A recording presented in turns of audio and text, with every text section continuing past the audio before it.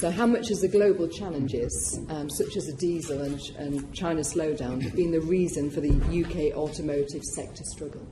Yeah, so as I said earlier, there are a set of global challenges that the industry are facing. You've named two of them. So one of which is technological. It's not just about moving to zero-emission vehicles. There's also technological disruption from digital and digitalisation, and there are slowing markets, and that's something we're grappling with the UK, just like other markets, other producers, I should say, in the EU and elsewhere in the world are grappling with too. So that can't be ignored as one of the challenges or two of the challenges that are facing the sector.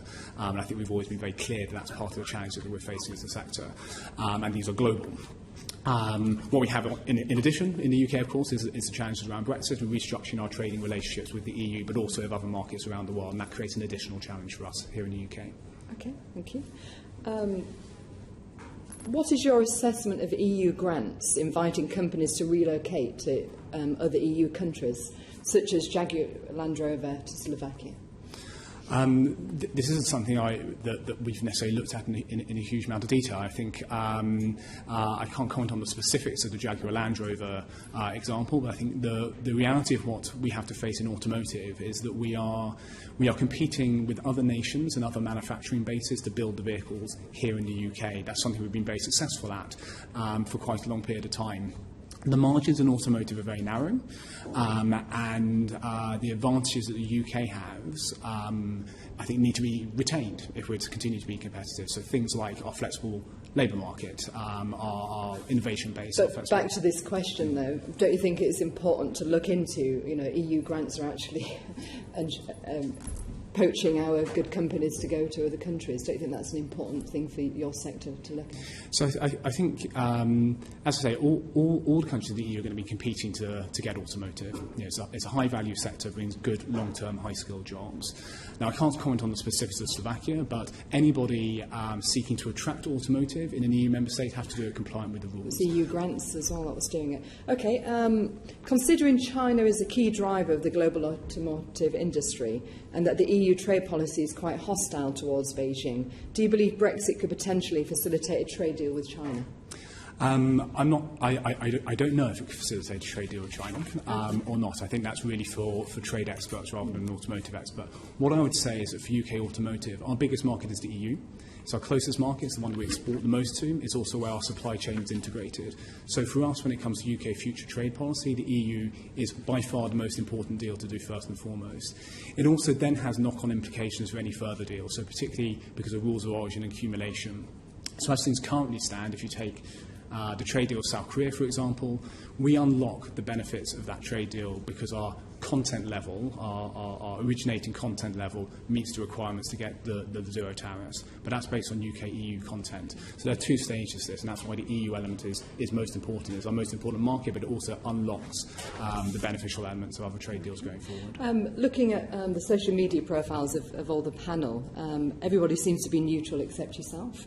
Yours seems to be very biased towards Remain, retweeting MPs, quite high-profile MPs whose Remain, and critical of MPs whose Brexit. How much is what you've said today your own opinion or that of your members? Everything I say today is that of my members and the organisation I represent. Everything I put on social media. Do you is think my you own should be opinion. neutral? I am neutral. Okay. Right, maybe that's questionable from your social media. I'd like to thank you. I'd like to move on to Nick, please. Would you agree that the current cap system, paying landowners by hectare, penalises small producers and advantages big ones? I don't think we would agree with that. I think there are completely valid criticisms of the cap system, and it did move some time ago now to an area-based system, away from the previous coupled support system, which promoted overproduction. One of the criticisms, valid criticisms of it, was that, and so you now have moved to a system where that is not a problem. Market distortion is not a problem, and that is one of the justifications of where we are.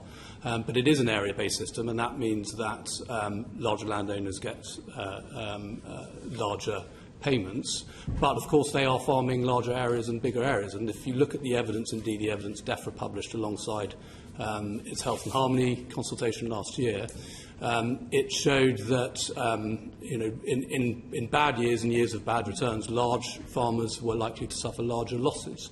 I don't think that size is enormously relevant in that argument. Thank you. New Zealand abolished subsidies to agriculture in '84, which I'm sure you're aware of. Since then, a number of small farms and vineyards has risen. Would the UK farmers survive without EU subsidies? Not while most of the rest of the world continues to receive subsidies. We do compete with countries all over the world, most of who, other than one or two, such as New Zealand, are supported. And of course, our main competitors in the EU would continue to be supported. New Zealand there are some interesting lessons to be learned. We do look at New Zealand, and it is an interesting example. But it's a very different situation, of course, where you have a country similar size to the UK with only 4 million inhabitants.